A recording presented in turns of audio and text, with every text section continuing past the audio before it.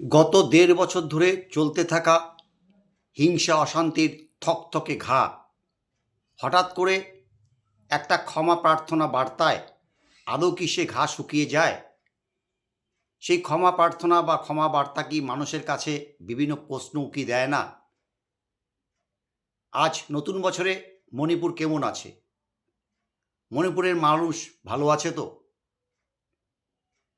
২০২৪-এর শেষ লগ্নে মণিপুরের মুখ্যমন্ত্রী এন বীরেন সিংয়ের ক্ষমা যে বার্তা, এতদিন ধরে মণিপুরে যে হিংসাত্মক কার্যকলাপ চলল, তিনি বার্তায় দিয়েছেন, যা হওয়ার ভুলে যান, নতুন করে চলেন। এক ধরনের একটা ক্ষমা বার্তা তিনি রাজ্যবাসীকে দিয়েছেন। মণিপুর যেমন আজ ভাবছে, সেই বার্তাকে নিয়ে দেশবাসীও ভাবছে। এতদিন ধরে চলা হিংসাত্মক কার্যকলাপ পদক্ষেপে মণিপুর সরকার আগে কেন কিছু করলেন না? কেনই বা এখন বার্তা এলো? নতুন বছরের শুরুতেই কিন্তু প্রশ্ন উকি মারবেই। প্রশ্ন অনেক। মণিপুরে যে হিংসা চলছে, যে অশান্তির আগুনে মণিপুর জ্বলছে, যা দেশবাসী কিন্তু মণিপুরকে নিয়েই সবসময় চিন্তিত। কারণ একটি পড়শি রাজ্যের বিভিন্ন হিংসা কার্যকলাপে দেশে কিন্তু ছড়িয়ে যায়। মণিপুরের মানুষ প্রিয়জন হারা, ভিটেমাটি ছাড়া, তারা প্রতিনিয়ত সেই অশান্তিতে দিন প্রহর গুনছে।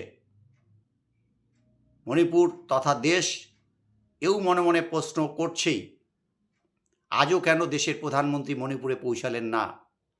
আজও কেন পৌঁছালেন না স্বরাষ্ট্রমন্ত্রী অমিত শাহ?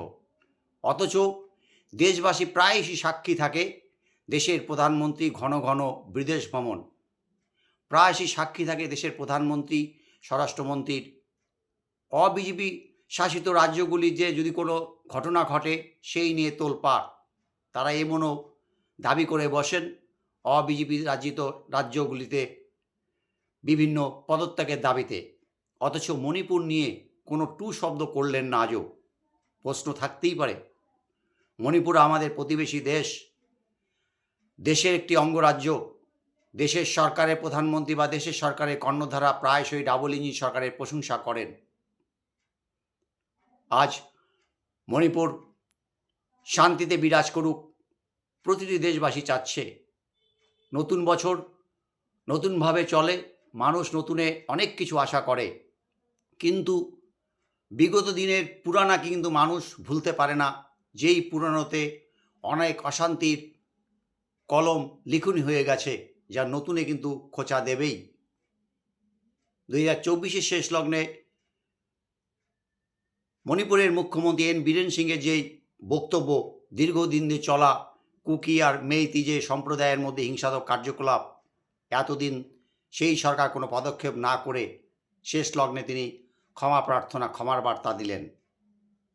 মানুষ অধীর আগ্রহে অপেক্ষায়।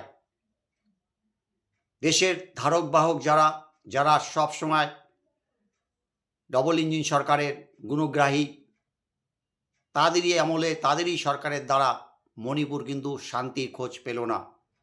আমরা আশাবাদী নতুন বছরে মণিপুর শান্তির বাতাবরণ বয়ে চলুক।